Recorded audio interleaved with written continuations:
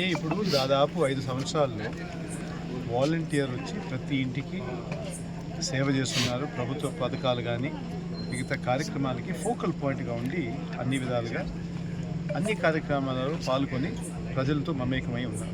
ఇప్పుడు మేము ప్రచారం పోయినప్పుడు కొన్నిసార్లు ఊరికి వాలంటీర్కి ఈ ఇంట్లో కొన్నిసార్లు ఇబ్బంది ఉంటే మనం ప్రచారం పోయినప్పుడు ఎవరైనా అడుగుతారు, ఈ ఇంట్లో ఈ విధంగా ఇబ్బంది ఉన్నప్పుడు మేము ఎవరిని అడగాలి?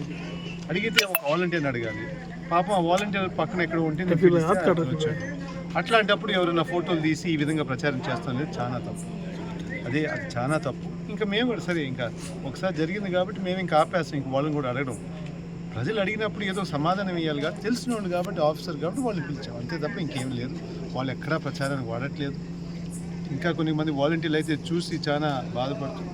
ఈ ఊళ్ళో అయితే కొంతమంది రిజైన్ కూడా చేసేసి మాకు వద్దు, మేము ఏమైనా అవసరం ఉంటే కానీ తెలియపరుస్తాం, కానీ ఈ విధంగా మా విధంగా ఆరోపణలు లేడం మంచిది కాదని చెప్పేసి కొంతమంది రిజైన్ చేయడం. మేము కూడా వాళ్ళకి అడ్వైస్ ఇచ్చాం, లేదు అది తప్పు చేయకూడదు.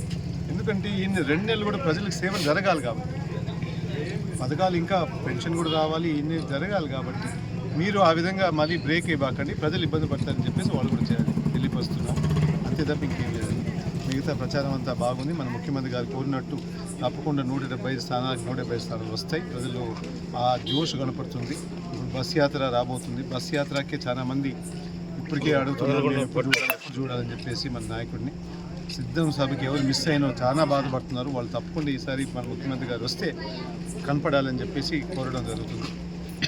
ఈ ఒక వేవ్ ఏది స్టార్ట్ అవుతుంది పెద్ద సునామీ లాగా ఒక నెలలో అయ్యాయి. తప్పకుండా మనకి 170 స్థానాలు వస్తాయని చెప్పి మీ అందరికీ తెలియపరుస్తుంది. సార్, ఈ వైఎస్ఆర్ చేయూత డబ్బులు ఇంకా ప్లీజ్ సబ్స్క్రైబ్ .న్యూస్.